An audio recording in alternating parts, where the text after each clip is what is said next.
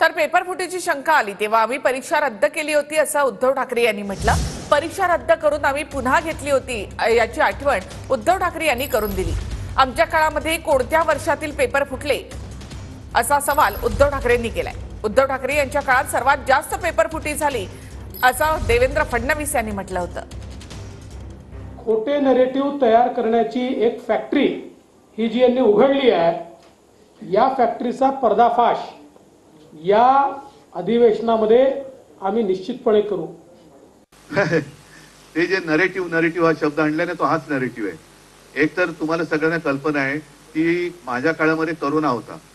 एकाच बाबतीमध्ये जेव्हा आम्हाला पेपर फुटीची शंका आली तेव्हा ते आम्ही ताबडतोब ऑनलाईनचा तो विषय होता, आम्ही रद्द करून परत परीक्षा घेतली होती। पण त्यानंतर परीक्षा कोणत्या झाल्या की ज्याच्यात पेपर फुटले? तर हे खोटं नरेटिव्ह म्हणतात ते यालाच म्हणतात।